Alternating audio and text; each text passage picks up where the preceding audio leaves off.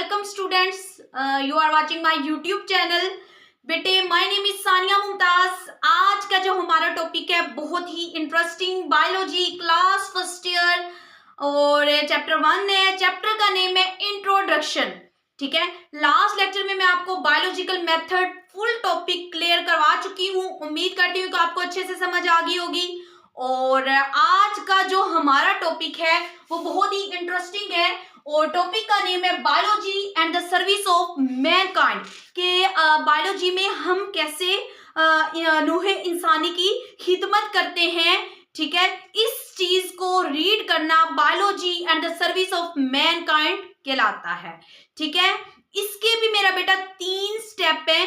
ठीक है, जो फर्स्ट स्टेप है, फर्स्ट स्टेप का नेम है food production and the second fighting disease and the third conserving environment को जो हम रीड करते हैं कि हम इन्वायरमेंट को कैसे कंजर्व कर सकते हैं। ठीक है, और बेटा जो आज का हमारा टॉपिक है वो है food production.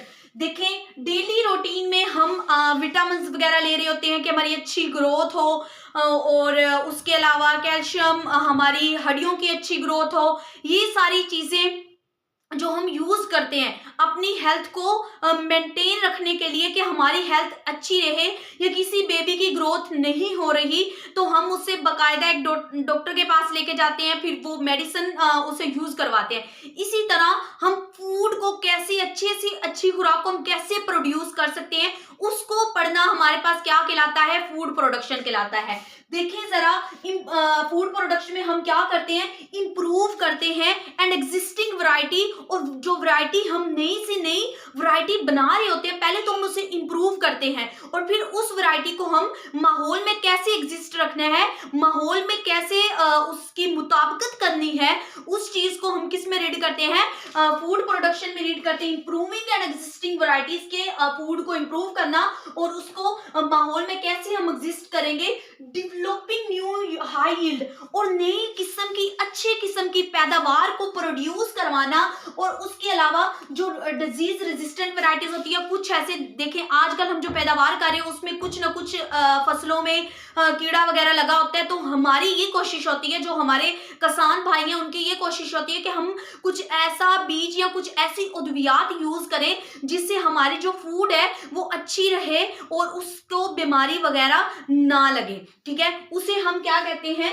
Developing new high yield, नई से अच्छी फसल को प्रोड्यूस कराना है एंड डिजीज रेजिस्टेंट वैरायटीज, और ऐसी वैरायटीज इख्तियार करना है कि जिसमें जो बीमारियों से लड़ने की ताकत हो और उस हमारी जो हमने फसल प्रोड्यूस करवाई है उसको कोई बीमारी ना लगे। ठीक है, वो खुद ब खुद ही रेजिस्ट कर जाए। ठीक है बेटे, ये फॉलोइंग मेथड से, ये वाला जो प्रोसेस था फॉलोइंग मेथड से जो था वो डन हुआ, हमें फॉलोइंग मेथड करने पड़े, फिर कहीं जाके हमें हाई यील्ड और अच्छी वैरायटी फूड प्रोडक्शन की हासिल हुई। ठीक है, उसका जो पहला स्टेप है हमारे पास क्या है, सिलेक्टिव ब्रीडिंग। ठीक है, सिलेक्टिव ब्रीडिंग क्या होता है, plant and animal breeders developed new better varieties. Breed का मतलब क्या होता है, नस्ल, कोई एक नस्ल को सिलेक्ट करना। सिलेक्टिव ब्रीडिंग में हम क्या करते हैं, अच्छी से अच्छी नस्ल लेते हैं, फिर उससे न्यू जो हमारे पास एनिमल है वो न्यू उसके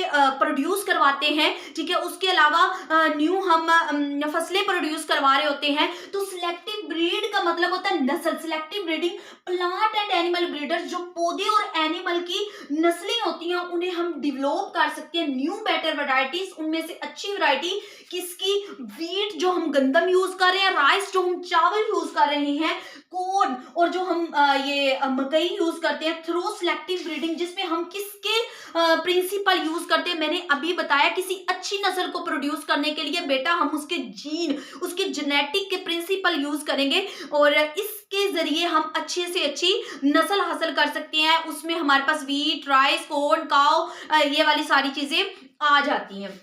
ठीक है, अब उसने क्या, selective breeding by using the principle of genetics. हम किसके प्रिंसिपल यूज करते हैं, हम जेनेटिक के प्रिंसिपल यूज करते हुए अच्छे से अच्छी वैरायटीज हासिल करते हैं। पोल्ट्री ब्रीडर्स, पोल्ट्री ब्रीडर्स हमारे पास ये जो पोल्ट्री फार्म होते हैं उसमें हम नस्ल कशी कैसे कर रहे होते हैं, हैव डेवलप्ड, वो पैदा कर चुका है, कैसे, टू गेट, हम हासिल करते हैं quick and cheap white meat. बेटा जो अब ब्रॉयलर हम लोग मुर्गियां यूज कर रहे हैं, ठीक है, उसमें से हम जल्दी जल्दी, हमें ये होता है, ये जो बाजार से हम चिकन ले रहे होते हैं कि वो जल्दी जल्दी से कैसे प्रोड्यूस हो रहा है, वो सिलेक्टिव ब्रीडिंग की वजह से प्रोड्यूस हो रहा है। और क्यों चीप, और वो चीप किस्म का होता है क्योंकि उसमें मशीनरी यूज हो रही होती है, ठीक है, क्यों चाय चीप वाइट मीट, ठीक है, वो प्रोड्यूस होता है। आगे मेरा बेटा जो नेक्स्ट इसी के अंदर टॉपिक है वो है जेनेटिक इंजीनियरिंग। द मैनिपुलेशन का मतलब है जो चेंज आ रहा होता है किसके अंदर, जीन के अंदर, वो हमारे पास क्या कहलाता है, जेनेटिक इंजीनियरिंग कहलाता है। इसके 2 स्टेप होते हैं हमारे पास, ट्रांसजेनिक ऑर्गेनिजम्स और ट्रांसजेनिक प्लांट्स, ठीक है। Transgenic organisms, the organisms which have foreign DNA, जिसके पास पिछला डीएनए होता है वो हमारे पास ट्रांसजेनिक ऑर्गेनिज्म कहलाता है। और जिसके पास पिछला फॉरिजन डीएनए होता है, जिस प्लांट के पास, वो ट्रांसजेनिक क्या कहलाता है, प्लांट कहलाता है। और इसके आगे एक डेफिनेशन आती है cloning. Cloning is the production in which identical copies produce होती हैं, किससे मेरा बेटा, एसेक्सुअल रिप्रोडक्शन से वो प्रोड्यूस हो रही होती है। और ये इंपॉर्टेंट डेफिनेशन है। ओके, आगे जो इसका सेकंड स्टेप है उसमें पेस्टिसाइड, इंसेक्टिसाइड और फंजीसाइड्स को हम कैसे यूज कर रहे होते हैं रोजमर्रा जिंदगी में, वो कैसे हमारी हेल्प कर रहा होता है। तो कैसे, देखिए, पेस्टिसाइड्स, हार्मफुल पेस्टिस विच काज पॉइजन, जो जहरीली होती है, ठीक है, वो जो पॉइजन बना देती है, आर कंट्रोल्ड बाय पेस्टिसाइड्स, और हार्मफुल इंसेक्ट्स विच काज, ठीक है, जिसकी वजह से पॉइजन होती है, तो वो हमारे पास क्या कहलाता है, इंसेक्टिसाइड। इसी तरह फंजीसाइड, हार्मफुल जो फंजाई होती है, विच काज पॉइजन, तो उसे हम क्या कहलाते हैं, क्या कहते हैं, फंजीसाइड कह रहे होते हैं। ये तीनों की डेफिनेशन सेम होगी, ठीक है। इसकी वजह से क्या होता है मेरा बेटा, टॉक्सिसिटी प्रॉब्लम होती है, क्योंकि पॉइजन ही प्रोड्यूस कर रही है, तो क्या होगा, जो जहर के मसाइल पैदा होंगे, जहरीली मवाद ज्यादा से ज्यादा बनेंगे, क्योंकि इसमें वो फंजीसाइड है, इंसेक्टिसाइड है, पेस्टिसाइड है, ठीक है। और उसके अलावा इन्वायरमेंटल पोल्यूशन होगी, वो पानी में जाएंगे तो हमारा इन्वायरमेंट को भी खराब करेंगे, ठीक है। अब जो नेक्स्ट स्टेप है, जो तीसरा है, वो क्या है, बायोलॉजिकल कंट्रोल, ठीक है। बायोलॉजिकल कंट्रोल में हम क्या करते हैं, the biological control in which living organisms are used to control harmful organisms. इसमें जो जिंदा जानदार होते हैं वो किसको कंट्रोल कर रहे होते हैं, जो हार्मफुल, जो नुकसानदा ऑर्गेनिजम्स होते हैं उन्हें कंट्रोल करते हैं, वो हमारे पास क्या कहलाता है, बायोलॉजिकल कंट्रोल, ठीक है। बेटा देखें, एक जो एन एफिड, जो एक भीड़ है, ठीक है, जब वो एक वेलनट अखरोट के दरख्त पर अटैक करता है, ठीक है, तो उसे मतलब एन एफिड मलनट ट्री जब वो अटैक करता है तो उसे एक जिंदा लिविंग ऑर्गेनिज्म के जरिए उसे महफूज किया जाता है। सम बैक्टीरिया, और कुछ ऐसे बैक्टीरिया हैं जिन्हें बायोपेस्टिसाइड के जरिए यूज किया जाता है, ठीक है। अब देखिए इंटेग्रल डिजीज मैनेजमेंट, ठीक है। इंटेग्रल डिजीज मैनेजमेंट में क्या होता है, हम कॉमन और जो डिसएस्ट्रस, जो फैली हुई डिजीज है, उन्हें सूचिबल मेथड के जरिए उसका सोल्यूशन निकालते हैं, ठीक है। कोई आम बीमारी या कोई फैली हुई बीमारी का जो हम हल निकाल रहे होते हैं एक सूटेबल मेथड के जरिए, वो हमारे पास क्या कहलाता है, इंटीग्रेटेड डिजीज मैनेजमेंट, ठीक है। आगे जो नेक्स्ट हमारे पास है वो 4 पॉइंट है, हाइड्रोफोबिक कल्चर तकनीक, ठीक है। हाइड्रोफोबिक से ही आपको पता चल रहा होगा कि हाइड्रो का वर्ड किसके लिए यूज होता है, वाटर के लिए यूज हो रहा होता है, ठीक है। इसमें बेटा क्या था, हाइड्रोफोबिक कल्चर तकनीक में इरेटेड वाटर को यूज किया जाता है। साल्ट्स और मिनरल जो होते हैं, इसमें प्लांट जो होता है वो ग्रो करता है इरेटेड वाटर के अंदर, साल्ट्स और मिनरल्स के अंदर, वो हमारे पास क्या कहलाता है, हाइड्रोफोबिक कहलाता है। और इससे हम ये चेक करते हैं कि इस प्लांट के लिए न्यूट्रिएंट और मिनरल्स कितने नेसेसरी हैं, ये कितने जरूरी हैं, ठीक है। जो लास्ट स्टेप है वो है फूड प्रिजर्वेशन, के हम खुराक को कैसे महफूज करते हैं, हम उसे स्टेरिलाइजेशन के जरिए महफूज कर रहे होते हैं, हम उसे फ्रीजिंग के जरिए महफूज कर रहे होते हैं। और इसका फ्रीजिंग का, इसका फूड प्रोडक्शन का, फूड प्रोटेक्टिंग फ्रॉम पास्चराइजेशन, इसे हम पास्चराइजेशन के जरिए प्रोटेक्ट कर रहे थे। और इसको डेवलप किसने किया था, लोइस पास्चर ने डेवलप किया था। उसने बताया था कि हम मिल्क एंड मिल्क की प्रोडक्ट को कैसे सेव कर सकते हैं, ठीक है। उसके अलावा जो अदर तकनीक्स है जो मैंने अभी आपको बताई है, जिसमें ड्राइंग आ जाती है, फ्रीजिंग आ जाती है, स्टरलाइजेशन आती है, ये सारी चीजें हम किस में रीड करते हैं,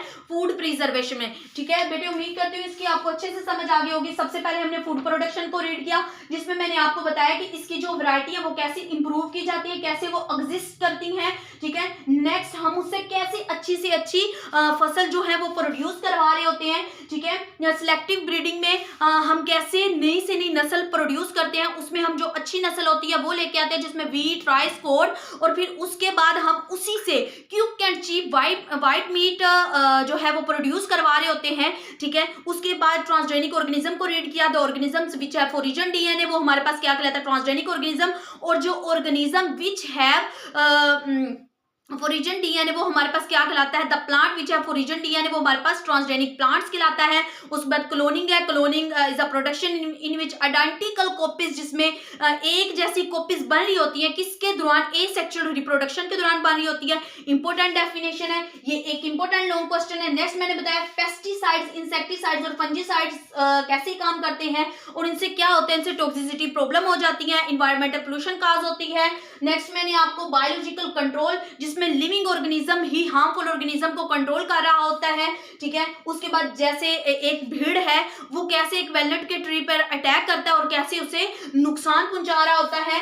तो उसके अलावा बैक्टीरिया है, जिसमें बायोपेस्टिसाइड्स भी आ जाते हैं। इंटीग्रेटेड डिजीज में हम कॉमन और फैली हुई डिजीज को एक सूटेबल मेथड के साथ कैसे कंट्रोल करते हैं, उसे क्या कहते हैं, इंटीग्रेटेड डिजीज मैनेजमेंट कहते हैं। जो नेक्स्ट है हाइड्रोफोबिक कल्चर टेक्निक, उसमें वर्ड हाइड्रो से ही आपको शो हो रहा होगा कि हाइड्रो का मीनिंग क्या होता है, वाटर होता है। तो इसमें हम एरेटेड वाटर, साल्ट्स और मिनरल वगैरह को रीड करते हैं कि वो उनकी कितनी रिक्वायरमेंट्स हमें चाहिए होती है रोजमर्रा जिंदगी में। ठीक है, nutrient minerals is essential for plant और नॉट, के वो जरूरी भी हैं एक पौधे के लिए या नहीं जरूरी।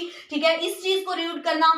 लास्ट जो है हमारे पास क्या है, फूड प्रिजर्वेशन, फूड को हम कैसे प्रिजर्व कर रहे होते हैं बेटा, food protecting from pasteurisation. It was developed, इसको लुईस पास्चर ने डेवलप किया था, जिसमें मिल्क एंड मिल्क प्रोडक्ट को हम प्रिजर्व करते थे। इसमें स्टरलाइजेशन, फ्रीजिंग, ड्राइंग, ये वाले प्रोसेस भी होते हैं। ओके बेटा, बहुत ही इंपॉर्टेंट क्वेश्चन है, जिसमें लॉन्ग भी क्वेश्चन आ रहे होते हैं, शॉर्ट भी आ रहे होते हैं, और वेरी वेरी इंपॉर्टेंट क्वेश्चन है। अगर आपको कोई इशू हो कमेंट सेक्शन में जाएं और मुझे बताएं। ओके, जज़ाकिल्लाह, अल्लाह हाफिज, फी इमानिल्लाह।